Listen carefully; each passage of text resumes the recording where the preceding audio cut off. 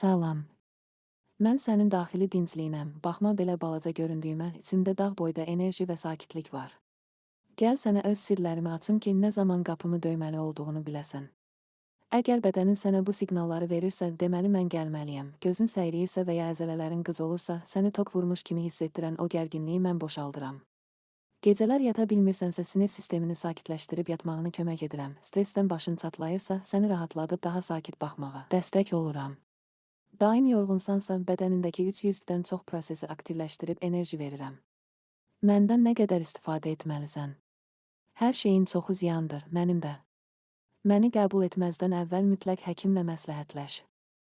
Məni axşam yeməyindən sonra qəbul etsən, həm həzminə kömək edərəm, həm də daha rahat yuxuya getməyinə dəstək olaram. Kimlərlə yola getmirəm?